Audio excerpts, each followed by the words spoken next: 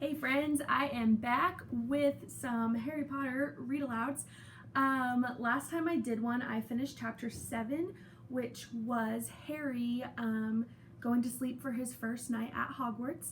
And so I'm picking back up on chapter 8, which is on page 131 of this book. And this chapter is called The Potions Master. There, look. Where? Next to that tall kid with the red hair. Wearing the glasses? Did you see his face? Did you see his scar?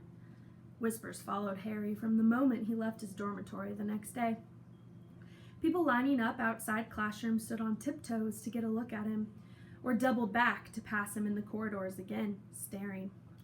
Harry wished they wouldn't, because he was trying to concentrate on finding his way to classes.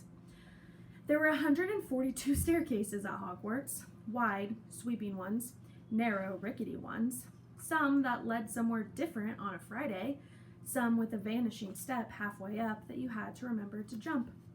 Then there were the doors that wouldn't open unless you asked politely, or tickled them in exactly the right place. And there were doors that weren't really doors at all, but solid walls just pretending. It was also very hard to remember where anything was because it all seemed to move around a lot. The people in the portraits kept going to visit each other, and Harry was sure the coats of armor could walk. The ghosts didn't help either. It was always a nasty shock when one of them glided suddenly through a door you were trying to open. Nearly Headless Nick was always happy to point new Gryffindors in the right direction, but Peeves was worth 2 locked doors and a trick staircase if you met him when you were late to class. He would drop waste paper baskets on your head, pull rugs out from under your feet, pelt you with bits of chalk, or sneak up behind you, invisible, grab your note and screech, "Gotcha, conk!"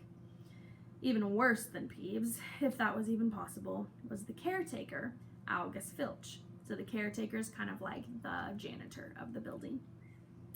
Harry and Ron managed to get on the wrong side of him their very first morning. Filch found them trying to force their way through a door that unluckily turned out to be the entrance of the out-of-bounds corridor on the 3rd floor. He wouldn't believe when they said they were just lost. He was sure they were trying to break into it on purpose, and was threatening to lock them in the dungeons when they were rescued by Professor Quirrell, who was passing by. Filch owned a cat named Mrs. Norris, a scrawny, dust-colored creature with bulging lamp-like eyes just like Filch's. She patrolled the corridors alone. Break a rule in front of her, put one toe out of line, and she would whisk off to find Filch, who would appear, wheezing, 2 seconds later. Filch knew the secret passageways of the school better than anyone, except perhaps the Weasley twins, and could pop up as suddenly as any of the ghosts. The students all hated him, and it was the dearest ambition of many to give Mrs. Norris a good kick. And then, once you had managed to find them, there were the classes themselves. There was a lot more to magic, as Harry quickly found out, than just waving your wand and saying a few funny words. They had to study the night skies through their telescopes every Wednesday at midnight, and learn the names of different stars and movements of the planets. 3 times a week, they went out to the greenhouses behind the castle to study herbology, with a dumpy little witch called Professor Sprout, where they learned how to take care of all the strange plants and fungi and found out what they were used for. Easily, though, the most boring class was History of Magic, which was the only class taught by a ghost. Professor Binns had been very old indeed when he had fallen asleep in front of the staff room fire and got up the next morning to teach, leaving his body behind. Binns droned on while they scribbled down names and dates and got Emmerich the Evil and Uric the Oddball mixed up. Professor Flitwick, the charms teacher, was a tiny little wizard who had to stand on a pile of books to see over his desk. At the start of their first class, he took the roll call, and when he reached Harry's name, he gave an excited little squeak and toppled out of sight. Professor McGonagall was again different. Harry had been quite right to think that she wasn't a teacher to cross. She was strict and clever, and she gave them a talking to the moment they sat down in her first class. So remember, Professor McGonagall is the head of the Gryffindor house. So there's the 4 houses, and there's a professor or a teacher that's kind of like in charge of each one. So Professor McGonagall is the head of Gryffindor, which Harry, Hermione, and Ron are in. Transfiguration is some of the most complex and dangerous magic you will learn at Hogwarts, she said. Anyone messing around in my class will leave and not come back. You have been warned. Then she changed her desk into a pig and back again. They were all very impressed and couldn't wait to get started, but they soon realized they weren't going to be changing the furniture into animals for a very long time. After taking a lot of complicated notes, they were each given a match, and they were starting by trying to turn it into a needle. By the end of the lesson, only Hermione Granger had made any difference to her match. Professor McGonagall showed the class how it had gone all silver and pointy, and gave Hermione a rare smile. The class everyone had really been looking forward to was Defense Against the Dark Arts, but Quirrell's lessons turned out to be a bit of a joke. His classroom smelled strongly of garlic, which everyone said was to warn off a vampire he had met in Romania, and was afraid was going to come back to get him one of these days. His turban, he told them, had been given to him by an African prince as a thank you for getting rid of a troublesome zombie, but the students weren't sure they believed this story. Remember, the turban is like the cloth wrap that he wears on his head. For one thing, when Seamus Finnegan asked eagerly to hear how Quirrell had fought off the zombie, Quirrell went pink and started talking about the weather. And for another, they had noticed that a funny smell hung around the turban, and the Weasley twins insisted it was stuffed full of garlic as well, so that Quirrell was protected wherever he went. Harry was very relieved to find out that he wasn't miles behind everyone else. Lots of people had come from Muggle families and, like him, hadn't had any idea they were witches and wizards. There was so much to learn that even people like Ron didn't have much of a head start. Friday was an important day for Harry and Ron. They finally managed to find their way down to the Great Hall for breakfast without getting lost once. "What have we got today?" Harry asked Ron as he poured sugar onto his porridge. "Double potions with the Slytherins," said Ron. "Snape's head of the Slytherin house. They say he always favors them. We'll be able to see if it's true." "Well, I wish McGonagall favored us," said Harry. Professor McGonagall was the head of the Gryffindor house, but it hadn't stopped her from giving them a huge pile of homework the day before. And just then, the mail arrived. Harry had gotten used to this by now, but it had given him a bit of a shock on the first morning when about 100 owls suddenly streamed into the Great Hall, circling the tables until they saw their owners and dropping letters and packages onto their laps. Hedwig hadn't brought Harry anything so far. She sometimes flew in to nibble his ear and have a bit of toast before going off to sleep in the owlry with the other school owls. This morning, however, she fluttered down between the marmalade and the sugar bowl and dropped a note onto Harry's plate. Harry tore it open at once, and it said in very untidy scrawl, "Dear Harry, I know you get Fridays off, so would you like to come and have a cup of tea with me around 3? I want to hear all about your first week. Send us an answer back with Hedwig. Hagrid." Remember, Hagrid is the giant who saved Harry from the Dursleys and took him to Hogwarts. Harry borrowed Ron's quill, scribbling, "Yes, please, see you later," on the back of the note, and sent Hedwig off again. It was lucky that Harry had tea with Hagrid to look forward to, because the potions lesson turned out to be the worst thing that had happened to him so far. At the start of the term banquet, Harry had gotten the idea that Professor Snape disliked him, but by the end of the first potions lesson, he knew he had been wrong. Snape didn't dislike Harry. He hated him. Potions lessons took place down in one of the dungeons, and it was colder here than up there in the main castle, and would have been quite creepy enough without the pickled animals floating around in glass jars around the walls. Snape, like Flitwick, had started the class by taking roll call, and like Flitwick, he paused at Harry's name. Yes," he said softly. "Harry Potter, our new celebrity," he grumbled. Draco Malfoy and his friends Crabbe and Goyle sniggered behind their hands. Snape finished calling the names and looked up at the class. His eyes were black like Hagrid's, but they had none of Hagrid's warmth.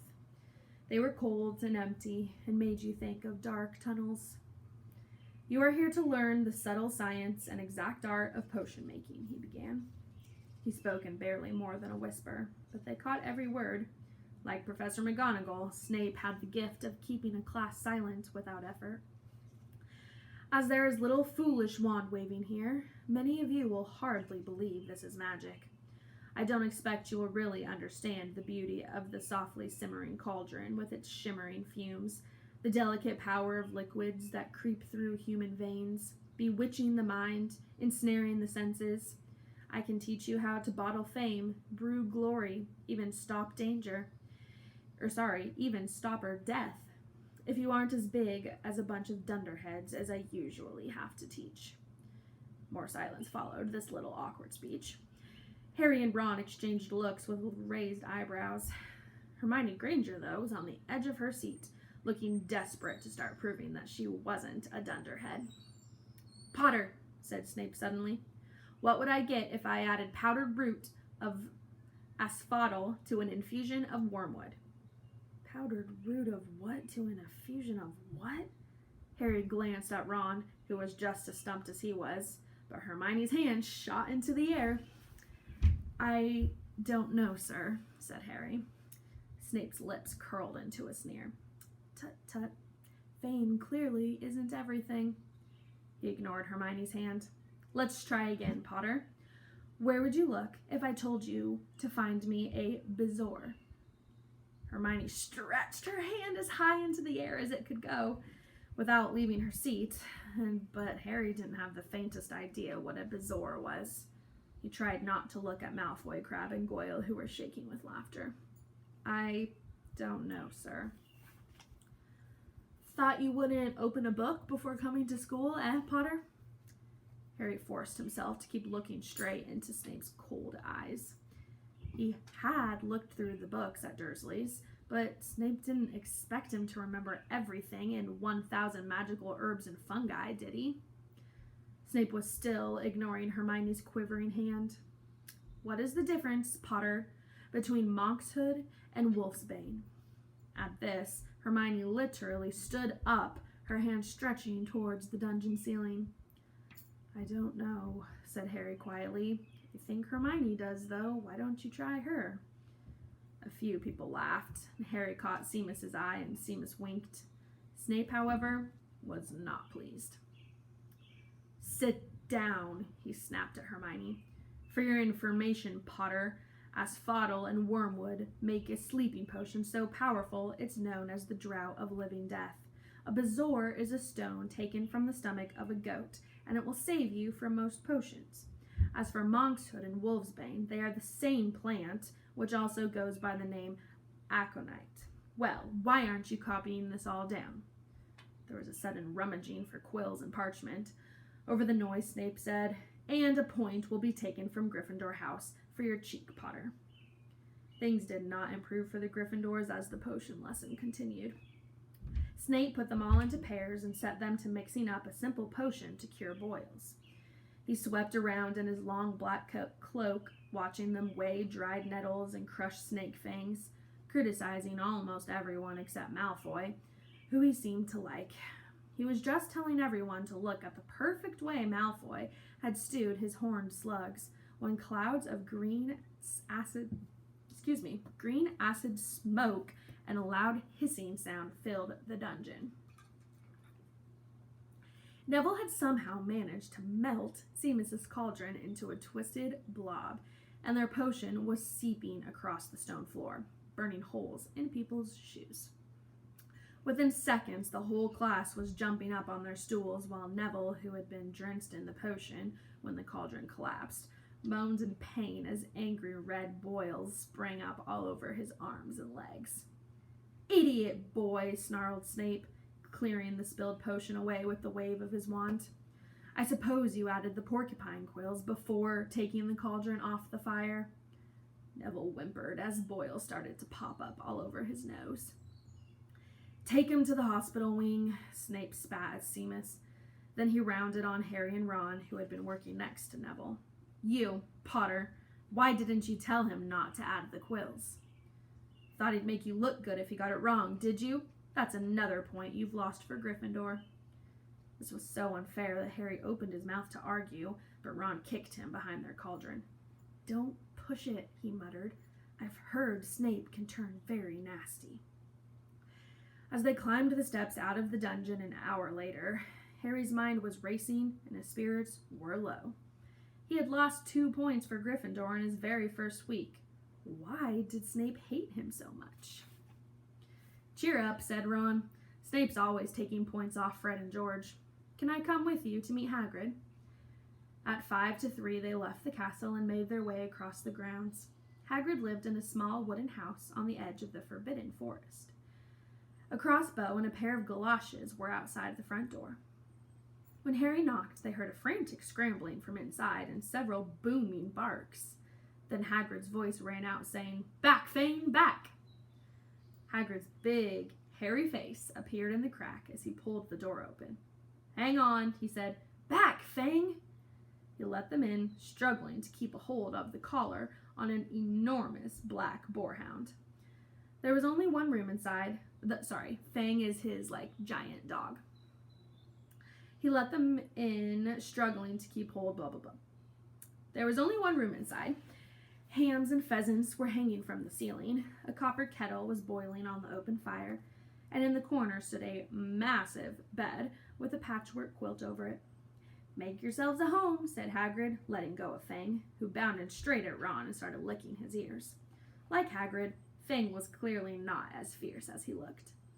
"This is Ron," Harry told Hagrid, who was pouring boiling water into a large teapot and putting rock cakes onto a plate. "Another Weasley, eh?" said Hagrid, glaring at Ron's freckles. "I spent half me life chasing your twin brothers away from the forest." The rock cakes were shapeless lumps with raisins that almost broke their teeth, but Harry and Ron pretended to be enjoying them as they told Hagrid about their first lessons. Fang rested his head on Harry's knee and drooled all over his robes. Harry and Ron were delighted to hear Hagrid called Filch that old git. And as for that cat, Mrs. Norris, I'd like to introduce her to Fang sometime. Do you know, every time I go up to the school, she follows me everywhere? Can't get rid of her. Filch puts her up to it. Harry told Hagrid about Snape's lesson, and Hagrid, like Ron, told Harry not to worry about it, that Snape hardly likes any of the students. But he seemed to really hate me. "Rubbish," said Hagrid. "Why should he?" Yet Harry couldn't help thinking that Hagrid didn't quite meet his eyes when he said that. "How's your brother Charlie?" Hagrid asked Ron. "I liked him a lot. Great with animals." Harry wondered if Hagrid had changed the subject on purpose. While Ron told Hagrid all about Charlie's work with dragons, Harry picked up a piece of paper that was lying on the table under the tea cozy. It was a cutting from the Daily Prophet. The Daily Prophet is their newspaper. "Gringotts break-in latest. Investigations continue in the break-in at Gringotts on the 31st of July. Widely believed to be the work of dark witches or wizards unknown. Gringotts goblins today insisted that nothing had been taken. The vault that was searched had in fact been emptied that same day. But we're not telling you what was in there, so keep your noses out of it if you know what's good for you," said the Gringotts spokesgoblin this afternoon.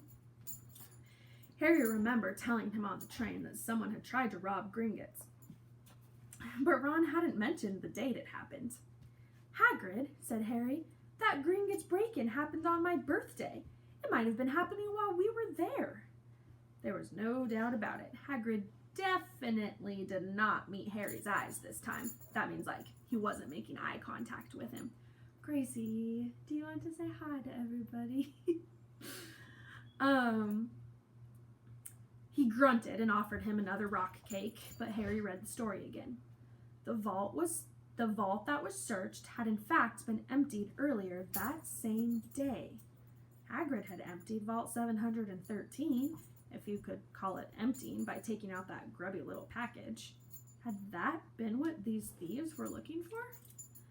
As Harry and Ron walked back to the castle for dinner, their pockets weighed down with rock cakes they'd been too polite to refuse. Harry thought that none of the lessons he had had so far had given him as much to think about as tea with Hagrid had. Had Hagrid collected that package just in time? And where was it now? And did Hagrid know something about Snape that he didn't want Harry to know? And that is the end of chapter 8.